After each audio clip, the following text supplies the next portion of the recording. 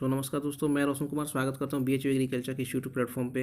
ये केमिस्ट्री का second part है और इसमें जो है मैं दो चैप्टर्स को कवर करने वाला हूँ। एक है केमिकल पीरियोडिसिटी या फिर इसको पीरियोडिक टेबल भी बोल सकते हैं, और सेकंड जो है गैसियस स्टेट। दोनों ही जो है चैप्टर बहुत ही इंपॉर्टेंट है BHU के लिए, क्योंकि इससे हर साल जो है 2 से 3 क्वेश्चन रिपीट होते हैं। आपको जो है मैं इसमें के जो भी इंपॉर्टेंट पॉइंट्स है जो कि आपको एग्जाम से पहले जो करके जाना चाहिए, वो सारे पॉइंट्स मैं यहाँ पे कवर करूँगा। तो उन सारे चीज़ों को जो है आप एक बार हो सके तो कॉपी पे भी जरूर लिख लें, ताकि रिवीजन जब भी रिवीजन करना हो रिवीजन कर सकें आप। और आगे बढ़ने से पहले मैं बता दूं कि जो है इस जो वीडियो में मैं टोटल आपको 8 क्वेश्चन दे रहा हूं, जो कि टॉपिक वाइज हर एक टॉपिक वाइज रहेगा। आप जो है उसके आंसर जरूर देने की कोशिश करें, जिससे आपको पता चलेगा कि आपका तैयारी किस लेवल पे हो रहा है। मतलब आप उसके जो क्वेश्चन दिए जा रहे हैं वो टॉपिक सारे कंप्लीट है कि नहीं। और साथ ही साथ फर्स्ट पार्ट में मैं टोटल 3 क्वेश्चन दिया था आपको, जिसके कि 90% से ज़्यादा लोगों ने जो है आंसर सही दिया है। और इससे भी पता चल रहा है कि आपके जो है फर्स्ट जो टॉपिक था पार्ट था, उसमें जो चैप्टर्स थे वो सारे सही मतलब है कनेक्ट हो रहे हैं सही से, मतलब आप जो है कंप्लीट कर रहे हैं उसको। मैं यहाँ पे जो है उनके आंसर बता देता हूँ, और जो उसके सोल्यूशंस है वो प्रीडिक्टेबल में, मतलब जो आप टेलीग्राम में जो है आपको भेज दिया जाएगा।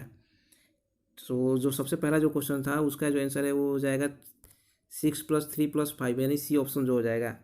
फिर जो सेकंड क्वेश्चन है उसका आंसर हो जाएगा 3+3+4 एंड +5 ऑप्शन हो जाएगा यहाँ पे, मतलब आंसर हो जाएगा जो ऑक्सीडेशन नंबर है। वही नेक्स्ट जो है उसका जो है थर्ड क्वेश्चन का जो आंसर है वो हो जाएगा CU एंड AG, जो सेटिस्फाई नहीं करता है अबाउट प्रिंसिपल को। इसी तरह से इस पार्ट में भी आपको टोटल 8 क्वेश्चन दिया गया है। उनका जो आंसर है आप देने का कोशिश जरूर करें ये कमेंट बॉक्स में, और साथ ही साथ जो टॉपिक्स बताया जाएगा अभी उन सारे को बढ़िया से कंप्लीट करें। चलिए शुरू करते हैं। सबसे पहला जो चैप्टर है वो है पीरियोडिक टेबल। पीरियोडिक टेबल में जो है बहुत सारे सबसे पहले तो क्वेश्चन जो है वो डिस्कवरी से इनके पूछा जाता है कि पीरियोडिक टेबल कौन बनाया था, जो साइंटिस्ट है उनसे रिलेटेड क्वेश्चन पूछे जाते थे। जैसे सबसे पहले जो Dobereiner's law and Newlands law of octave से पूछे जाते थे बहुत पहले, लेकिन अब जो है वो सब क्वेश्चन जो है वो बंद कर दिया गया है एग्जाम में पूछना। अब जो क्वेश्चन है वो है जनरली जो पूछा जाता है वो मेंडलीव पीरियोडिक टेबल से पूछा जाता है।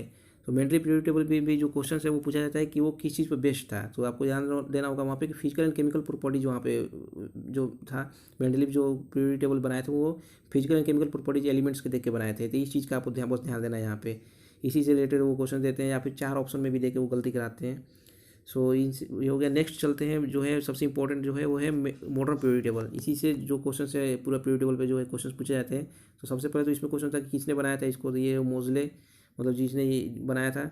सेकंड जो क्वेश्चन मोस्ट इंपॉर्टेंट क्वेश्चन है मॉडर्न पीरियोडिक टेबल का, कि ये क्या चीज़ पे बेस्ड होता है, तो यह ध्यान देना होगा कि जो मॉडर्न पीरियोडिक टेबल है वो केवल एटॉमिक नंबर पे बेस्ड है। मतलब एटॉमिक नंबर यानी जो भी एलिमेंट्स हैं उनके एटॉमिक नंबर के प्रॉपर्टी के बेसिस पे, ये प्रॉपर्टी के बेसिस पे ही जो है पूरे पीरियोडिक टेबल को ये बनाया गया है, एटॉमिक वेट पे नहीं। तो इस चीज़ का आपको ध्यान देना होगा। ये मतलब जो है थ्योरी बेस्ड भी क्वेश्चन पूछे जाते हैं इससे, तो इस चीज़ का आप ध्यान देंगे बस यहाँ पे मॉडर्न पीरियोडिक टेबल में। उसके बाद जो है मॉडर्न पीरियोडिक टेबल से ही जो है इसमें पीरियड्स और ग्रुप्स होते हैं, आपको पता होगा, जिसको ब्लॉक्स भी बोलते हैं।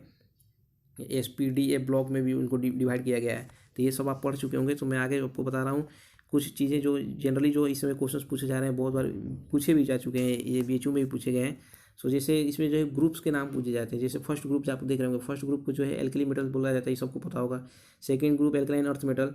लेकिन जो ये 4 मैं अभी जो बता रहा हूँ, जिसमें से इसमें 3 जो इंपॉर्टेंट है 15, 16, 17 से क्वेश्चन पूछा गया है BHU में, इसलिए मैं बता रहा हूँ कि जैसे 15 को जो है पिनाकोजेंस भी बोलते हैं, ये याद कर लीजिएगा। 16 को चाल्कोजेंस, ये आज से 3-4 साल पहले भी पूछ दिया गया है। और 17 और 18 को आपको पता होगा कि हेलोजेंस और नोबल गैस बोला जाता है, लेकिन 18 को जो है एरोजेंस भी बोला जाता है। इस चीज़ को आप ध्यान रखेंगे, तो इस चीज़ को जो हो सके तो आप याद कर लीजिएगा, ये जो ग्रुप्स के नेम है। नेक्स्ट चलते हैं। नेक्स्ट जो है आगे मैं कुछ इससे रिलेटेड क्वेश्चन दिया हूँ, जैसे मैं बता रहा था कि हर एक टॉपिक के बाद अब मैं कुछ क्वेश्चन भी आपको दूंगा, जिससे आपको पता चले।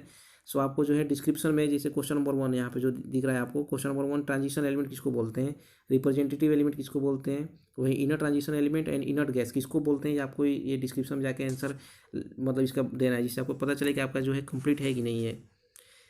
नेक्स्ट अब चलते हैं। नेक्स्ट जो है इलेक्ट्रॉनिक कॉन्फ़िगरेशन। जो पीरियोडिक टेबल में जो और भी जो क्वेश्चन पूछा जाता है इलेक्ट्रॉनिक कॉन्फ़िगरेशन से क्वेश्चन पूछा जाता है। यानी इलेक्ट्रॉनिक कॉन्फ़िगरेशन से मतलब 1-2 क्वेश्चन जो है रैंडमली पूछ ही देते हैं 2-3 साल गैप डाल के। उसमें क्या है कि जनरली जो क्वेश्चन उसमें ही पूछा जाता है वो एक्सेप्शंस वाले क्वेश्चन पूछते हैं ज़्यादातर। जो एक्सेप्शन में जो होते हैं उन्हीं को 4 ऑप्शन दे देते हैं। तो आपको ध्यान रखना इलेक्ट्रॉनिक कॉन्फ़िगरेशन में खास करके जो एक्सेप्शंस हैं उनको आपको ध्यान देना होगा, जैसे कॉपर हो गया, तो इन सब जो एक्सेप्शंस वाले हैं उनको आपको ध्यान देना होगा। अब नेक्स्ट मैं एग्जांपल लेके बता रहा हूँ, जैसे कि और भी किस तरह से इलेक्ट्रॉनिक कॉन्फ़िगरेशन बेस्ड क्वेश्चंस आते हैं। तो यहाँ पे देख सकते हैं कि the element with the configuration 1:2:2 2p6 and 3:2 would be. अब पूछ रहा है कि इस तरह से आपको इलेक्ट्रॉनिक कॉन्फ़िगरेशन दे देगा और बोलेगा कि ये क्या है, मेटल है, नॉन मेटल है, मेटलॉइड से है, ये इसमें से कुछ भी हो सकता है। सो आपको इसमें सबसे पहले ध्यान क्या देना होगा कि इसका इलेक्ट्रॉनिक कॉन्फ़िगरेशन से आपको पता करना होगा कि ये जो एलिमेंट है वो कौन सा एलिमेंट है या फिर किस ब्लॉक में पड़ रहा है, किस पीरियड में पड़ रहा है, आपको ये ध्यान देना होगा सबसे पहले। तो आपको यहाँ पर साफ साफ दिख रहा है कि 1:2 2:2 2p6 3:2 जो है ये एस ब्लॉक में पड़ रहा है। और एस ब्लॉक में जो है आपको पता होगा कि एस ब्लॉक में कौन से होते हैं। तो एस ब्लॉक में पढ़े हैं अभी ऊपर कि एल्कलाइन अर्थ मेटल या फिर एल्कलाइन मेटल या फिर एल्कलाइन अर्थ मेटल ही होते हैं। सो आपका जो आंसर हो जाएगा यहाँ पे मेटल्स ही होंगे, क्योंकि दोनों में मेटल है तो मेटल ही हो जाएंगे। तो इस ब्लॉक में जितने भी मेटल, तो इसका ऑप्शन जो हो जाएगा मेटल। तो थोड़ा सा घुमाने के लिए इस तरह के क्वेश्चन पूछ रहा है इलेक्ट्रॉनिक कॉन्फ़िगरेशन से, तो इस तरह के आप देख लेंगे। और जैसा मैं बताया था कि एक्सेप्शंस वाले जो हैं, एक्सेप्शंस वाले इलेक्ट्रॉनिक कॉन्फ़िगरेशन का आप ध्यान देंगे। अब नेक्स्ट जो है इलेक्ट्रॉनिक पीरियोडिक टेबल से जो क्वेश्चन, मॉडर्न पीरियोडिक टेबल से जो क्वेश्चन पूछे जा रहे हैं वो है कि मेटोलॉइड्स के बारे में भी पूछ देते हैं कि कौन कौन से, इसमें से 4 ऑप्शन दे देंगे, उसमें से पूछ देंगे कि मेटोलॉइड कौन कौन सा छांटे, या फिर एक छांटना होगा जिसमें से उस 4 में से एक मेटोलॉइड नहीं होंगे। तो अब टोटल जो है ये मेटोलॉइड 8 मेटोलॉइड्स हैं, लेकिन एक नौवा जो पोलोनियम है उसको भी इंक्लूड किया गया। सो आप जो टोटल मेटोलॉइड्स का मैं यहाँ पे नाम आपको इसलिए यहाँ पे बता दिया हूँ। आप सारे मेटोलॉइड्स को जो है यहाँ पे एटॉमिक एंड आयनिक रेडियाई मानी यहाँ से जो है हर सारी क्वेश्चंस बहुत ज़्यादा पूछे जा रहे हैं। तो इसको जो है आपको मैं बता रहा हूँ कि कुछ फैक्टर्स हैं जो, मतलब फैक्टर्स क्या क्या है जो इफेक्ट करते हैं एटॉमिक साइज को, और किस तरह से आप जो है आसानी से एग्जाम में जो है देख सकते हैं। सो उसके लिए सबसे पहले जो है कुछ मैं फैक्टर्स बता रहा हूँ यहाँ पे जिससे आप आसानी से देख सकें। जैसे एटॉमिक साइज जो है वो डिपेंड करता है नंबर ऑफ सेल से, यानी जिसमें जितना ही नंबर ऑफ ज़्यादा सेल्स होंगे उसके साइज जो है उतना ही बड़ा होगा। फिर इन्वर्सली प्रोपोर्शनल होता है जेड इफेक्टिव के, जेड इफेक्टिव जिसका ज़्यादा होगा उसके इन्वर्सली प्रोपोर्शनल साइज छोटा हो जाएगा। फिर बॉन्ड ऑर्डर के इन्वर्सली प्रोपोर्शनल होता है, वैसे ही पॉजिटिव चार्ज के भी इन्वर्सली प्रोपोर्शनल होता है, यानी जिस पे पॉजिटिव चार्ज जितना ही ज़्यादा होगा जिस आयन पे उसका साइज उतना ही छोटा हो जाएगा। लेकिन डायरेक्टिव प्रोपोर्शनल, यही चीज़ का ध्यान रखिएगा, डायरेक्टिव प्रोपोर्शनल नेगेटिव चार्ज के, अगर किसी आयन पर नेगेटिव चार्ज है तो उसका साइज जो है वो ज़्यादा बढ़ जाएगा। तो इस चीज़ का ध्यान देंगे कि इस पूरे चीज़ को आप हो सके तो एक बार कॉपी पर आप कहीं लिख लें, और इस चीज़ से आप प्रैक्टिस करेंगे तो आप जितने भी साइज वाले एटॉमिक साइज और आयनिक रेडियस वाले जो भी जितने भी क्वेश्चन हैं वो सारे आप सही कर देंगे। तो इसी बेसिस पे जो है एक जनरलाइज्ड, अगर बताऊं कि जनरलाइज जो चीज़ है पीरियोडिक टेबल में किस तरह से काम करता है एटॉमिक साइज वाला, तो आप देख सकते हैं कि पीरियोडिक टेबल में जिस तरह से आगे आप बढ़ेंगे राइट साइड में, तो चूंकि जेड इफेक्टिव जो है वो बढ़ता है तो आपको पता होगा Z effective inversely proportional size किया तो साइज जो है छोटा हो जाएगा। वहीं वहीं आप नीचे की तरफ जाएंगे तो नंबर ऑफ सेल्स बढ़ते हैं, मानी पीरियड के जो है नंबर बढ़ते जाते हैं, तो सेल्स बढ़ते जाते हैं तो साइज जो है आपके बढ़ते जाएंगे, क्योंकि डायरेक्टली प्रोपोर्शनल होता है सेल के। तो इस चीज़ को आप ध्यान देंगे, ये जनरलाइज हो गया यहाँ पे। सो ये खास करके मेन जो चीज़ है इस चीज़ को आप हो सके तो बढ़िया से मतलब कंप्लीट कर लें एक बार। जो नेक्स्ट चीज़ है इसमें जो है कुछ मतलब क्वेश्चंस किस तरह के पूछे जाते हैं, मैं वो बता रहा हूँ आपको क्वेश्चंस किस तरह के आ रहे हैं इस समय। सो जनरली जो है नॉर्मल तो आपको नॉर्मल क्वेश्चंस दे देंगे आपको करने के लिए, 2 एटम का फिर आयन का जिस कंपेयर करने के लिए फिर 4 एटम का। लेकिन इस समय जो क्वेश्चन आ रहा है वो generally iso electronic question, iso electronic species होते हैं उसको देख वो क्वेश्चन पूछते हैं। जैसे यहाँ पे देख सकते हैं कि इंक्रीजिंग ऑर्डर में ये जो आयंस दिए हैं इनके वो बोल रहे हैं वो लगाने के लिए। तो जैसे आपको पता होगा कि ये जो है आइसोइलेक्ट्रॉनिक है, क्योंकि सब में पहले सबसे पहले जो जितने भी आयन वाले क्वेश्चन मिलेंगे आपको देखना होगा आपको कि आयंस जितने भी आयन वाले हैं वो आइसोइलेक्ट्रॉनिक तो नहीं है। तो जैसे सब में जो है 10 इलेक्ट्रॉन्स है तो ये आइसोइलेक्ट्रॉनिक हो गए। तो आइसोइलेक्ट्रॉनिक एटम्स देखते ही जब भी आपको आयंस मिल जाएंगे उसमें जो है आपको सबसे पहले ध्यान क्या देना होगा, आइसोइलेक्ट्रॉनिक मिलते ही आपको जो है जेड इफेक्टिव उनका देखना होगा। जेड इफेक्टिव यानी या फिर उनके आप वो देख सकते हैं एटॉमिक नंबर देख सकते हैं, और एटॉमिक नंबर जिसका ज़्यादा होगा, जिसका भी एटॉमिक नंबर ज़्यादा है उसका साइज जो है हमेशा छोटा होगा, क्योंकि जेड इफेक्टिव ज़्यादा होगा तो साइज इन्वर्सली प्रोपोर्शनल होता है। जेड इफेक्टिव ज़्यादा तो साइज जो है छोटा हो जाएगा। तो यहाँ पे जो है सबसे ज़्यादा जिससे एल्यूमिनियम का जो है साइज मतलब नंबर एटॉमिक नंबर जो है सबसे बड़ा है, तो साइज यहाँ पर देख सकते हैं सबसे छोटा हो जाएगा। उसी तरह से सोडियम उसके बाद आता है, फिर फ्लोरीन और ऑक्सीजन। तो इस तरह के क्वेश्चन इस समय बहुत ज़्यादा रिपीट हो रहे हैं। तो आप जो है आइसोइलेक्ट्रॉनिक वाले जो भी क्वेश्चन आ रहे हैं इस समय, तो इस तरह से आप उसको सॉल्व कर सकते हैं। और इसी बेस पे जो है मैं आपको एक क्वेश्चन यहाँ पर दे रहा हूँ, क्वेश्चन नंबर 5। इसका जो है आप आंसर जो है आप कमेंट में नीचे ज़रूर लिखें, और जो है इसका आंसर जो है मैं नेक्स्ट पार्ट में जो आपको बता दूंगा।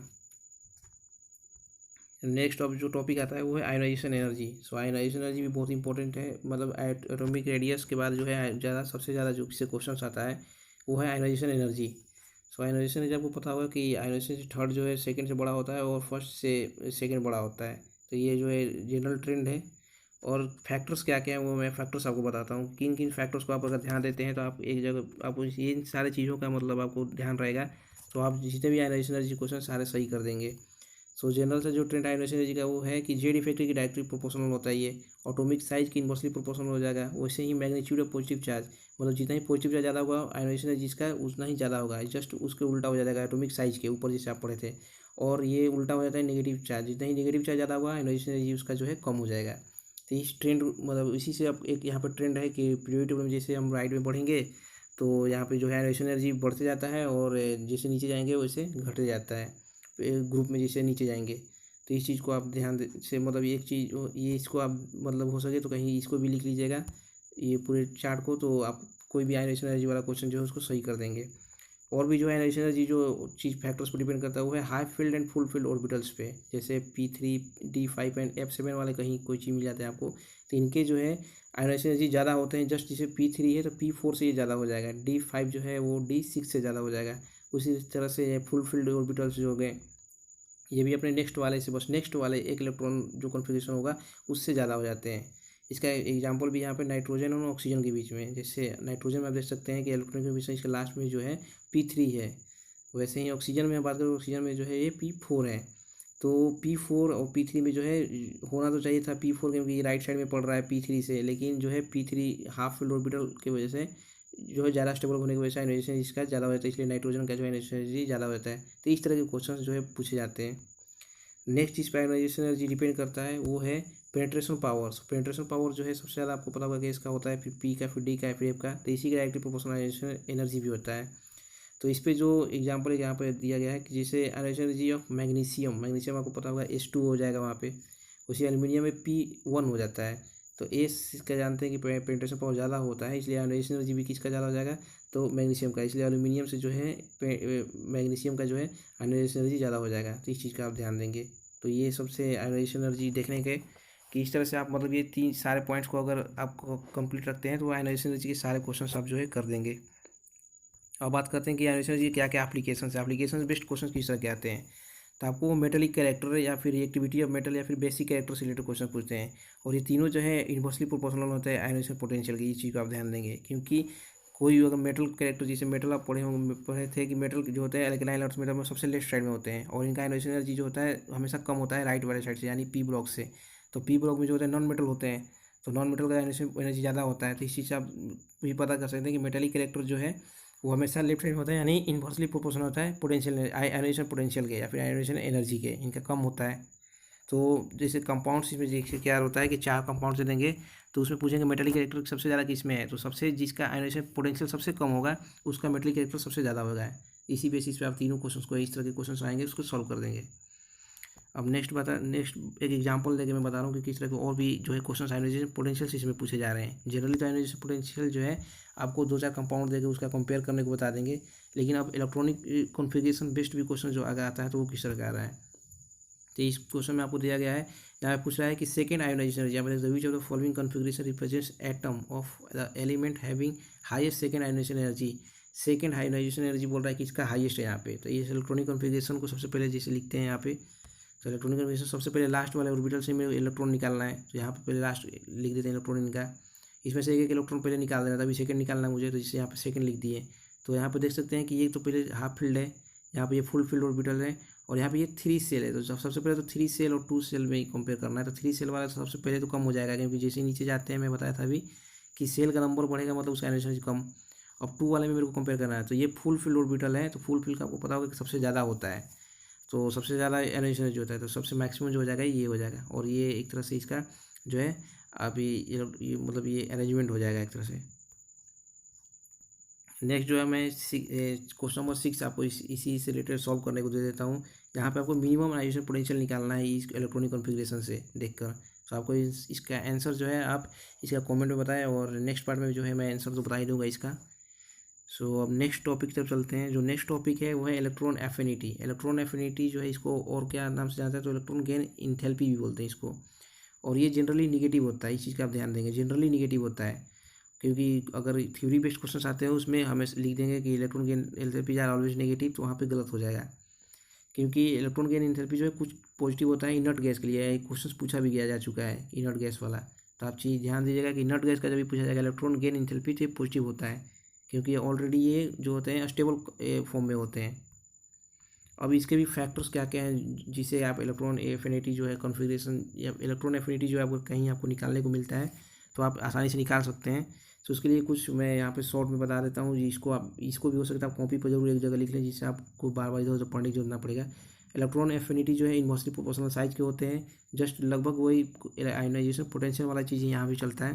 डायरेक्टली प्रोपोर्शनल होता है जेड इफेक्टिव के, और half field and full filled orbital यहाँ पे भी मायने रखता है, तो इस चीज़ को आप ध्यान देंगे। और वही general same trend ionization potential का पीरियड में जो है घटेगा, और जो है ग्रुप में जैसे जैसे नीचे जाएंगे जैसे पीरियड में जाएंगे तो बढ़ेगा आयोनाइजेशन पोटेंशियल, और जैसे ग्रुप में आप नीचे जाएंगे वैसे आयोनाइजेशन पोटेंशियल जो है घटते जाता है। सेम आयोनाइजेशन पोटेंशियल वाला चीज़ है जो है इलेक्ट्रॉन एफिनिटी में भी लागू होता है। इसके अब एक्सेप्शन कुछ बात कर लेते हैं। सो एक्सेप्शन जो इसका है वो है second period and third period में, यानी जो थर्ड पीरियड के जो आयोनाइजेशन पोटेंशियल होता है वो सेकेंड पीरियड से ज़्यादा होता है, जबकि अभी हम ऊपर बात किए हैं कि नीचे जैसे जाएंगे वो जो है घटते जाता है, लेकिन थर्ड पीरियड में जो है घटने के बाद बढ़ जाता है। तो ये एक्सेप्शन है, आपको इसको याद करना होगा। सो जो इसका एग्जांपल जो है, इसमें एग्जांपल देख सकते हैं कि फ्लोरीन और क्लोरीन वाला जो हैलोजन फैमिली है उसमें जो है फ्लोरीन का ज़्यादा होना चाहिए था, लेकिन क्लोरीन का ज़्यादा हो जाता है इसी कारण। और मैक्सिमम हैलोजन फैमिली में जो है वो क्लोरीन का होता है। इससे क्वेश्चन बहुत बार पूछे जा चुके हैं, तो आप इस चीज़ का ध्यान देंगे। और क्वेश्चन भी जनरली जो है ये हैलोजन फैमिली से ही पूछा जाता है, तो इस चीज़ का आप ध्यान देंगे बहुत। सो इसी से रिलेटेड इलेक्ट्रॉन एफिनिटी से रिलेटेड जो मैं क्वेश्चन यहाँ पर क्वेश्चन नंबर 7 दे रहा हूँ। क्वेश्चन नंबर 7 जो electron affinity of beryllium is similar to, यहाँ पर दिया है, और इसके 4 ऑप्शन है आपको, helium, boron, lithium and sodium. तो इसके क्या आंसर होंगे आप जो है कमेंट में बताएं, और जो राइट आंसर होगा तो नेक्स्ट पार्ट में आपको बता दिया जाएगा। सो हम चलते हैं नेक्स्ट टॉपिक तरफ। नेक्स्ट टॉपिक जो है वो है इलेक्ट्रॉन निगेटिविटी। सो इलेक्ट्रॉन निगेटिविटी वही होता है कि शेयर पेयर ऑफ इलेक्ट्रॉन को जो है कोई एटम जो है कितने अपने साइड में कितने पावर से खींच सकते हैं, इसको बोलते हैं इलेक्ट्रोनिगेटिविटी। सो ये से जो क्वेश्चन जनरली पूछा जाता है वो होता है कि ये मतलब यूनिटलेस मतलब ये होता है, लेकिन जनरली जो क्वेश्चन है इसमें 3 यूनिट आपको दे देंगे और एक यूनिटलेस दे देते हैं वहाँ पे। तो आपको वहीं पे चूज करना होता है कि ये यूनिटलेस है कि नहीं, क्योंकि इसके यूनिट आपसे पूछ देते हैं। तो आपको ये चीज़ का ध्यान रखना होगा कि इलेक्ट्रोनिगेटिविटी जो होता है यूनिटलेस होता है। नेक्स्ट जो है इसका भी फैक्टर्स क्या क्या चीज़ पर डिपेंड करते हैं, अगर इस चीज़ को आपको मतलब आपको जानकारी रहेगा तो आप जो है इलेक्ट्रोनिगेटिविटी के सारे क्वेश्चन जो है सही कर देंगे। तो इसके भी कुछ चीज़ें जो इसको अभी आप कॉपी पर लिख लें एक जगह पे, जिससे जेड इफेक्टिव डायरेक्टली प्रोपोर्शनल होता है, साइज के इन्वर्सली प्रोपोर्शनल होता है। वहीं जो सबसे इंपॉर्टेंट है वो है एस कैरेक्टर, इससे जो है क्वेश्चन ऑर्गेनिक में भी पूछे जाते हैं। तो आप यहाँ पे जो है एक्स कैरेक्टर, यानी जिसमें जितना ही एस कैरेक्टर ज़्यादा होगा वो उतना ही ज़्यादा इलेक्ट्रोनिगेटिव होगा। जैसे यहाँ पे एसपी में जो है 50% एस कैरेक्टर देख सकते हैं आप, तो ये जो है ज़्यादा इलेक्ट्रोनिगेटिव होता है। तो इस तरह के क्वेश्चन आते हैं इस कैरेक्टर से बेसिस इलेक्ट्रोनिगेटिविटी पे। अब इसके वेरिएशन सेम आयोनाइजेशन पोटेंशियल जैसे होते हैं, यानी जेड इफेक्टिव बढ़ता है पीरियड में, इसके वजह से जो है ईएन जो है इंक्रीज होगा पीरियड में, वही साइज बढ़ता है ग्रुप में तो ईएन जो है छोटा कम हो जाएगा। अब जो चीज़ें याद करने वाली है इलेक्ट्रोनिगेटिव में खास करके वो है कि पूछ देता है क्वेश्चन कि मैक्सिमम जो होता है पीरियड टेबल में किसका ईएन होता है, वो है फ्लोरीन का। वही मिनिमम पूछेगा तो है सीजियम का। अब मुझे इनर्ट गैस का जो है ईएन क्या होता है, तो इसका 0 होता है, इस चीज़ का भी याद रखेंगे। अब इसके जो ईएन स्केल के जो एक्सेप्शन है वो है जिंक, कैडमियम एंड मरकरी। अगर कहीं क्वेश्चन आता है तो इसका जो है answer zinc, cadmium and mercury होगा, इसी में से कोई एक ऑप्शन आपको दे देंगे उसमें, तो आपको उसको टिक करना होगा। अब जो है ईएन का एप्लीकेशन क्या क्या है, मतलब किस तरह के एप्लीकेशन बेस्ड क्वेश्चन किस तरह के पूछे जाते हैं। तो इसमें भी सेम आयोनाइजेशन पोटेंशियल जैसे ही लगभग क्वेश्चन आते हैं कि आपको नेचर ऑफ एलिमेंट पूछ देगा, यानी मेटेलिक नॉन मेटेलिक चूज करने को। तो ईएन जिसका जितना ही ज़्यादा होगा वो उतना ही ज़्यादा मतलब नॉन मेटेलिक शो करेगा, नॉन मेटेलिक होगा। तो आपको जो है ऑप्शन जैसे कि 4 ऑप्शन दे देंगे, उसमें से एक पूछेंगे कौन सबसे ज़्यादा नॉन मेटेलिक है या फिर कौन मेटेलिक है, तो आपको वही ईएन के बेसिस पर आपको बताना होगा वहाँ पे। या फिर वही मेटेलिक जो है इन्वर्सली प्रोपोर्शनल हो जाएगा, क्योंकि मेटेलिक ईएन जो है डायरेक्टली प्रोपोर्शनल होता है नॉन मेटेलिक के, तो मेटेलिक इन्वर्सली हो जाएगा। उसी तरह से ईएन जो है इस चीज़ को याद रखेंगे कि बॉन्ड लेंथ के इन्वर्सली प्रोपोर्शनल होता है। बॉन्ड लेंथ से भी रिलेटेड क्वेश्चन आपको आगे मैं बताऊंगा कि किस तरह से आता है केमिकल बॉन्डिंग में, तो वहाँ पे भी ईएन का मतलब रोल होता है। तो ईएन जो है इन्वर्सली प्रोपोर्शनल होता है बॉन्ड लेंथ के, वही डायरेक्टली प्रोपोर्शनल होता है बॉन्ड एनर्जी के और बॉन्ड स्ट्रेंथ के। तो इस चीज़ का आप ध्यान देंगे। और ये कुछ चार्ट है, इस चार्ट को आप याद कर लें तो सही रहेगा, क्योंकि अगर मान लीजिए हाइड्राइड्स से रिलेटेड क्वेश्चन या हाइड्रोक्साइड से या फिर ऑक्साइड से रिलेटेड क्वेश्चन आता है, एसिडिक कैरेक्टर या फिर बेसिक कैरेक्टर से रिलेटेड, तो आप आसानी से ये चार्ट बस देख के कर सकते हैं वहाँ पे, क्योंकि बहुत ज़्यादा लोग कन्फ्यूजन में रहते हैं। तो इस चीज़ को आप यहाँ पे देख सकते हैं। इसको हो सकता है आप इसको भी कॉपी पे एक जगह लिख के एक बार प्रैक्टिस कर लें तो हो जाएगा। अब ईएन का कुछ जनरल सा जो है जनरल एक यहाँ पे ये चार्ट में बता दिया हूँ कि जनरल इलेक्ट्रॉनिक फंक्शन जिससे सबसे ज़्यादा जो एलिमेंट से क्वेश्चन आपको पूछे जाते हैं जनरली वो एग्जाम में, तो उसका जो है ये चार्ट है यहाँ पे कि सबसे ज़्यादा जो है फ्लोरीन का होता है, फिर ऑक्सीजन का होता है, फिर nitrogen, chlorine, bromine, carbon, sulphur, फिर आयोडीन, फॉस्फोरस एंड हाइड्रोजन। तो इस चीज़ का आप हो सके तो एक बार इसको याद कर लें, क्योंकि इसी से रिलेटेड जो है ऑर्गेनिक में भी क्वेश्चन पूछे जाते हैं। ऑर्गेनिक में जनरली जो है ईएन आपको देखना पड़ता है खुद से ही, ईएन के बेसिस पे कोई सारे क्वेश्चन सॉल्व होते हैं, तो वहाँ पे बहुत ज़्यादा काम आएगा चार्ट। इस चार्ट को आप याद कर लें। और इसी से रिलेटेड जो है ईएन से रिलेटेड एक मैं क्वेश्चन दे रहा हूँ, क्वेश्चन नंबर 8, ये लास्ट क्वेश्चन भी आ गया। तो क्वेश्चन नंबर 8 जो है यहाँ पे जो है कि the correct order of electropositive, यहाँ पे इलेक्ट्रोपॉजिटिव एलिमेंट्स यहाँ पे करेक्ट ऑर्डर यहाँ पर शो करना है। यहाँ तक ये है कि इलेक्ट्रोनेगेटिव नहीं दिया, यहाँ पे इलेक्ट्रोपॉजिटिविटी का दिया है। तो यहाँ पे जो है 4 ऑप्शन दिए, ऑप्शन जो भी आपको सही लगे उसका जो है आप कमेंट में करें, कमेंट में आप जवाब दें। और नेक्स्ट चलते हैं कि नेक्स्ट जो पीरियड टेबल से जिससे क्वेश्चन ज़्यादा पूछा जाता है वो है कि वैलेंसी या फिर ऑक्सीडेशन स्टेट से रिलेटेड क्वेश्चन पूछे जाते हैं। इसका भी मैं आगे आपको केमिकल बॉन्डिंग में भी कुछ क्वेश्चन होगा, और कुछ है आगे मतलब आपको आयनिक इक्विलिब्रियम में भी मैं बता दूँगा ऑक्सीडेशन स्टेट से रिलेटेड, तो वहाँ भी क्वेश्चन आते हैं, वो मतलब उससे भी रिलेटेड पूछे जाते हैं। और जो है इंपॉर्टेंट एक है डायगोनल रिलेशनशिप, इससे भी क्वेश्चन कभी कभी रिपीट हो जाते हैं, कभी कभी होते हैं, ज़्यादा नहीं लेकिन हो जाते हैं। इसको भी आपको ध्यान देना होगा कि डायगोनल रिलेशनशिप जो होता है second period and third period के एलिमेंट के बीच में होता है। और जनरली जो क्वेश्चन इसमें पूछा जाता है कि डायगोनल रिलेशनशिप क्यों शो करते हैं दोनों ग्रुप, दोनों पीरियड के एलिमेंट्स। तो ये जो इनका चार्ज बाई साइज का जो रेशियो होता है ये लगभग सेम होता है, लगभग बराबर होता है, इसके वजह से ये शो करते हैं। जनरल कुछ कुछ प्रॉपर्टी सेम शो करते हैं। और किसके किस बीच होता है, lithium, magnesium, beryllium and aluminium, boron and silicon. तो ये चीज़ का आप ध्यान दीजिएगा, यहाँ पे एक हो सके तो याद कर लीजिएगा एक तरह से। सो यहाँ तक था पीरियोडिक टेबल। अब नेक्स्ट बात करते हैं कि गैसियस स्टेट। सो गैसियस स्टेट नेक्स्ट चैप्टर जो गैसियस स्टेट, ये भी बहुत ही इंपॉर्टेंट चैप्टर है, और इससे भी क्वेश्चन जो है एक क्वेश्चन तो रिपीट हो ही जाता है हर साल। तो इसमें जो है सबसे पहले तो गैसियस स्टेट में जो है गैस के कैरेक्टर से बेसिस क्वेश्चन पूछे जाते हैं गैस के। तो अब कैरेक्टरिस्टिक बेस्ड क्वेश्चन जहाँ भी आपको नोट्स होगा वहाँ से आप पढ़ लीजिए कैरेक्टर्स एक बार गैस का। नेक्स्ट पार्ट है कि क्या क्या मेजरेबल पार्ट्स होते हैं गैस में, वो है volume, pressure, temperature and amount. Amount पाया जाएगा, मोल हो जाएगा कि मोल कितना मोल है। तो इस तरह की जो चीज़ें हैं कि मोल में उसको हम नाप सकते हैं, फिर ग्राम में नाप सकते हैं। तो ये चीज़ों का मतलब है कि अमाउंट। तो ये चीज़ मेजरेबल प्रॉपर्टीज हैं गैसेज के। अब जो नेक्स्ट जो क्वेश्चन आता है इस चैप्टर से वो है लॉज। गैस के जो लॉज हैं उनसे रिलेटेड क्वेश्चन पूछे जाते हैं। तो सबसे पहला जो लॉ आता है वो बॉयल्स लॉ आता है। सो बॉयल्स लॉ जो है V is proportional to P, यानी P1 V1 equal to P2 V2, ये आप सबको पता होगा, इससे रिलेटेड क्वेश्चन पूछा जाता है। तो इसमें जो है 3 का जो है वैल्यू आपको दे देगा, और चौथा का जो है वैल्यू आपसे पूछता है। तो इस चीज़ का मतलब इसमें आप डायरेक्ट फार्मूला बेस्ड क्वेश्चन आते हैं, या फिर कहीं कहीं यूनिट कन्वर्जन वाला बस नॉर्मल आपको ध्यान देना होगा, यूनिट जो है अलग अलग दे देते हैं। तो यूनिट सही से पुट करके और ये सब क्वेश्चन आप सॉल्व कर सकते हैं।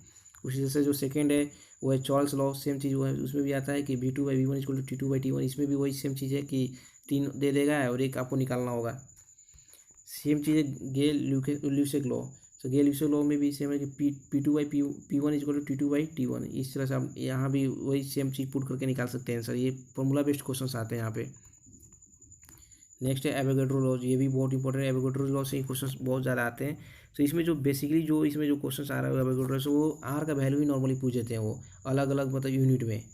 तो अलग यूनिट में जो है आप हो सके तो आर का जितना भी वैल्यू है वो याद कर सकें, या फिर एग्जाम में कन्वर्ट कर सकें। या इससे तो एग्जाम में जो है कन्वर्ट करते समय बहुत ज़्यादा समय लग जाता है। तो हो सके तो आप घर पे ही ज़्यादा बार प्रैक्टिस कर लें।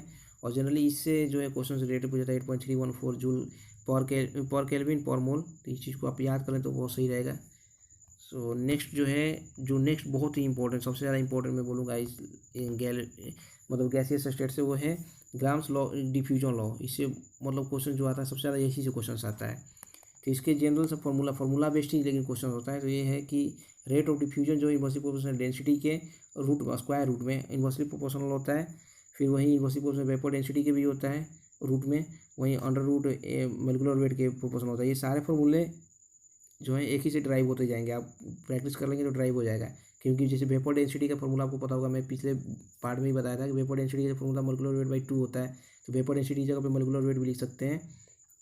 सो इस तरह से ये जो है फॉर्मूला जो हो सके तो आप एक बार प्रैक्टिस कर लें, या फिर कॉपी पर कहीं लिख के इसको प्रैक्टिस कर लें क्वेश्चन को, तो इससे आपका ये भी चीज़ कंप्लीट हो जाएगा।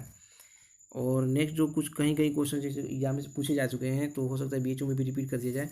ये है रेट ऑफ डिफ्यूजन में जो क्वेश्चन आता है वो है लेंथ। एल यहाँ पे जो है लेंथ कितना डिफ्यूजन गैस जो है कितना लेंथ ट्रैवल कर रहा है, यानी कितना दूरी तय कर रहा है अपन टाइम टेकन। इससे भी आप जो है रेट ऑफ डिफ्यूजन यहाँ पर दे देगा, स्पीड दे देगा और टाइम पता रहेगा तो स्पीड इंटू टाइम से आप डिस्टेंस निकालेंगे यहाँ पे जो एल है, और यहाँ पे नीचे टाइम पुट कर देंगे तो वो उससे भी आप आर निकाल सकते हैं। या फिर वॉल्यूम के टर्म में क्वेश्चन पूछा जाता है, तो वॉल्यूम के टर्म में जो टोटल वॉल्यूम आप यहाँ पे देख रहे हैं, जितना वॉल्यूम आपको डिफ्यूज होगा गैस का, वॉल्यूम अपन टाइम कर देंगे उससे भी आ जाएगा रेट। फिर वहीं नंबर एन, यहाँ पे मोल्स कितना डिफ्यूज हो रहा है अपन टाइम, उससे भी आप निकाल सकते हैं। तो इसी अलग अलग टर्म्स में जो है क्वेश्चन पूछे जाते हैं। तो ये सारे जो फॉर्मूला एक तरह से बनते जा रहा है, ये फॉर्मूला आप चाहें तो खुद से भी ड्राइव कर सकते हैं। तो इस तरह के जो क्वेश्चन है वो आप कर लेंगे। सो नेक्स्ट जो इसे एग्जाम्पल में यहाँ पर सिंपल सा एग्जाम्पल जो आता है, सिंपल सा एग्जाम्पल मैं यहाँ पर बता दे रहा हूँ।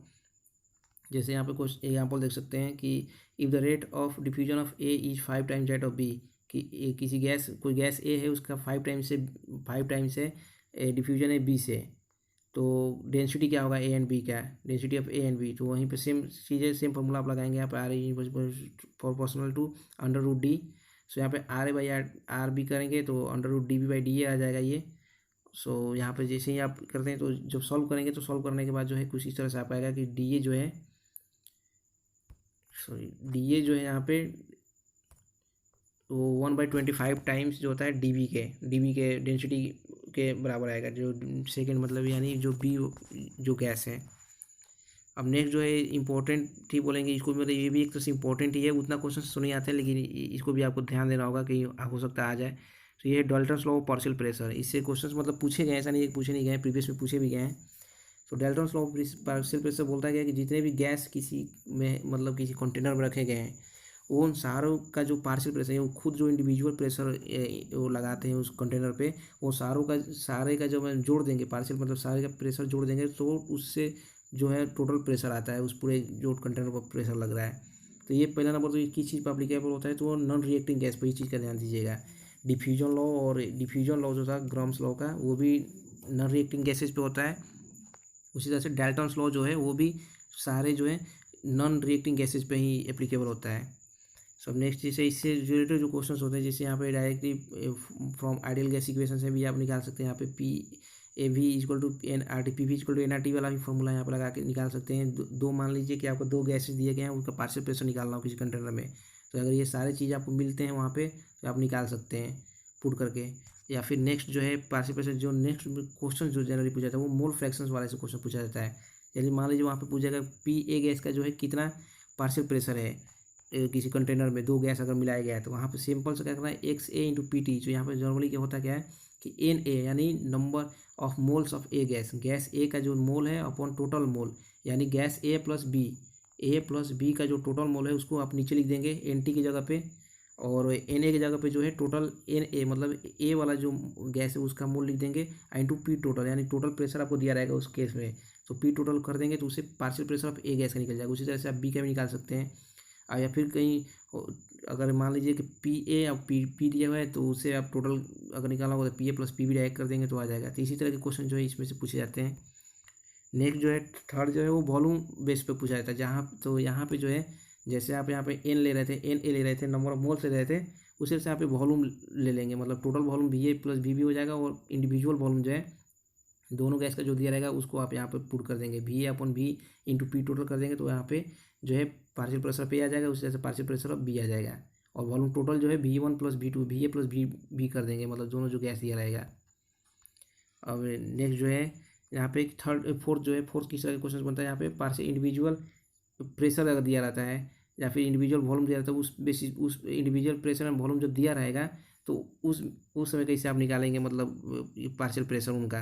तो यहाँ पे जो है सिंपली आपको जो है प्रेशर जो ए का निकालना होगा, तो वी ए अपन वी कर देंगे, मतलब V A volume of A अपन total volume into partial pressure of A, ठीक है। उसी तरह से यहाँ पे पार्शियल प्रेशर बी के में भी वही करना है, V B upon V into V P two. तो इस तरह से जो है आप मतलब यहाँ पे P one and P two जो है यहाँ पे पार्शियल प्रेशर इनिशियल, यानी यहाँ पे प्रेशर जो है मिक्स करने से पहले, गैस को मिक्स करने से पहले जो प्रेशर था, और पी टू जो है प्रेशर जो मिक्स करने के बाद, मतलब दोनों गैस को जब हम डाल दिए उसके बाद जो है प्रेशर जो हो जाएगा उस चीज़ को पुट करना, उससे हम partial pressure A and partial pressure B जो है वो निकाल सकते हैं। तो इस तरह के जो है क्वेश्चन डाल्टन्स लॉ में क्वेश्चन आ सकते हैं। जनरली जो क्वेश्चन आता है वो आपको मोल वाला ही क्वेश्चन आता है, लेकिन मैं यहाँ पे आपको इसलिए बता दिया हूँ कि अगर मान लीजिए कुछ ज़्यादा भी क्वेश्चन मतलब कुछ थोड़ा सा घुमाने का भी कोशिश करते हैं क्वेश्चन वो वॉल्यूम बेस पे, तो आप उसको भी आसानी से सॉल्व कर सकते हैं। या फिर ये प्रेशर वाले क्वेश्चन तो जनरली आने का कम ही चांस है कि प्रेशर और वॉल्यूम को एक साथ मिक्स करके क्वेश्चन देने का, लेकिन फिर भी आता है तो आप इसको आसानी से कर लीजिएगा, एक बार प्रैक्टिस जरूर करके जाइएगा एग्जाम से पहले। अब नेक्स्ट जो है क्वेश्चन है वो काइनेटिक गैस इक्वेशन से पूछा जाता है। तो काइनेटिक गैस इक्वेशन जनरली तो इक्वेशन से ये पूछ लेते हैं, इक्वेशन हो सकता है आप याद कर लीजिएगा, सबका यूनिट्स याद कर लीजिएगा। नेक्स्ट जो क्वेश्चन था RMS value, VRMS value, V average and VMP मतलब मोस्ट प्रोबेबल वेलोसिटी, इससे रिलेटेड क्वेश्चन पूछे जाते हैं। तो आपको जो है यहाँ पे मैं यहाँ पे बता रहा हूँ कि जैसे क्वेश्चन जैसे पूछे जाते हैं तो इसमें जो है यूनिट जैसे VRMS का जो फार्मूला है, फार्मूला आपको बस याद रखना है। यहाँ पे फार्मूला अगर आप याद रखते हैं इसी फार्मूला से ये दोनों ड्राइव हुआ है। जैसे यहाँ पे देख सकते हैं आप कि RT/MW दिया हुआ है, उसी से 3 RT/MW है तो मोलिकुलर वेट है, तो मोलिकुलर वेट से फिर ये volume pressure into volume upon MW आया है। उसी तरह से फिर P/V यानी V अपॉन मोलिकुलर वेट करेंगे तो डेंसिटी नीचे आ जाएगा, तो 3P अपॉन डेंसिटी हो गया। तो इसी से मतलब एक एक फार्मूला जो है इस चीज़ को आप अगर याद रखते हैं तो इसे तीनों जो है ड्राइव कर सकते हैं आप। मान लीजिए कोई भी यूनिट इसमें से कुछ देता है तो आप क्वेश्चन को सॉल्व कर सकते हैं। तो ये डायरेक्ट फार्मूला बेस्ड क्वेश्चन आपको पूछ सकते हैं ये, या फिर जनरली जो क्वेश्चन दूसरा जो क्वेश्चन आता है वो है ये रेशियो वाला क्वेश्चन बहुत बार पूछा जा चुका है। तो ये रेशियो हो सकता है आप याद कर लीजिएगा, ये तीनों के बीच में VRMS, V average and V most probable के बीच में जो रेशियो होता है उस चीज़ को हो सके तो आप याद कर लीजिएगा। तो इससे जो है आप क्वेश्चन सारे सॉल्व कर देंगे, काइनेटिक एनर्जी वाला जितने भी क्वेश्चन दिए जाएंगे, काइनेटिक ऑफ गैस से जितने भी क्वेश्चन दिया जाएगा। नेक्स्ट जो आता है वो कंप्रेसिबिलिटी फैक्टर से भी क्वेश्चन पूछा जाता है। सो ये चीज़ को आप याद करिए, जेड अगर 1 होता है तो गैस वो आइडियल बिहेवियर वही बड़ा हो जाएगा तो पॉजिटिव डेविएशन शो करता है, और छोटा हो जाता है तो नेगेटिव डेविएशन शो करता है। डेविएशन से रिलेटेड क्वेश्चन पूछे जाते हैं। और नेक्स्ट जो है क्वेश्चन वो वॉन डेर वाल्स इक्वेशन से भी क्वेश्चन पूछा जाता है। इसे जनरली तो क्वेश्चन मतलब नहीं आता था, लेकिन अगर मान लीजिए आता है, क्योंकि दूसरे एग्जाम में बहुत बार क्वेश्चन पूछ चुके हैं तो यहाँ भी हो सकते थे। तो जनरली तो फर्स्ट तो ये फार्मूला याद करना होगा, इसका फार्मूला बेस्ड ही क्वेश्चन जनरली इसमें पूछा जाता है। और दूसरा बात करें इसमें तो दूसरा जो है इसका ये पूछा जाता है कि A और B क्या होता है। तो A जो है अट्रैक्टिव फोर्स होते हैं दोनों के बीच में, और B जो है एक्सक्लूडेड वॉल्यूम होते हैं, जो वॉल्यूम हटाया जाता है वो मान लो जो मान के हटाते हैं वो होते हैं। तो फार्मूला जब ड्राइव करते हैं जब आइडियल गैस का इक्वेशन जब निकालते हैं, तो ये दोनों चीज़ के बारे में जनरली पूछा जाता है। और नेक्स्ट जो इसमें जो पूछा जाता है वो है कुछ इस तरह से क्वेश्चन जो जनरली दूसरे एग्जाम से पूछे जा चुके हैं, वो मैं बता रहा हूँ यहाँ पे कि आपको जैसे जनरली जो है यहाँ पे पूछेंगे कि वॉन डेर वाल्स जैसे है, यहाँ पे अगर प्रेशर को हाई कर देते हैं, when pressure extremely low, pressure को लो कर देते हैं उस समय क्या होगा, जो जनरल सा फॉर्मूला दिया गया है वॉन डेर वाल्स पे। तो उस समय आप जब कोई इस चीज़ फॉर्मूला को जो है आप एक बार प्रैक्टिस कर लीजिएगा तो समझ में आ जाएगा। तो इस चीज़ को याद कर लीजिएगा। वैसे ही नेक्स्ट है कि एक्सट्रीमली हाई कर देंगे प्रेशर को तो क्या हो जाएगा, तो वही इसमें जो है जेड वाला जरूर आप याद लीजिए। जेड वाला ही एग्जाम में पिछले कई बार मतलब जो है आ चुका है, अभी या ट्रिपल में भी आ चुका है, तो हो सकता है यहाँ पे ये रिपीट कर दे क्वेश्चन BHU में। नेक्स्ट है कि टेम्परेचर को हाई कर दें तो क्या फ़र्क पड़ेगा। तो टेम्परेचर वाले क्वेश्चन में भी ये जेड वाला जरूर आप याद रख लीजिएगा कि जेड का वैल्यू पे क्या फ़र्क पड़ता है। और उसी तरह से फिर ये बस लास्ट इतना ही, मतलब इतना अगर आप कर लेते हैं तो आप आसानी से जो है केमिस्ट्री में इन दोनों चैप्टर से क्वेश्चन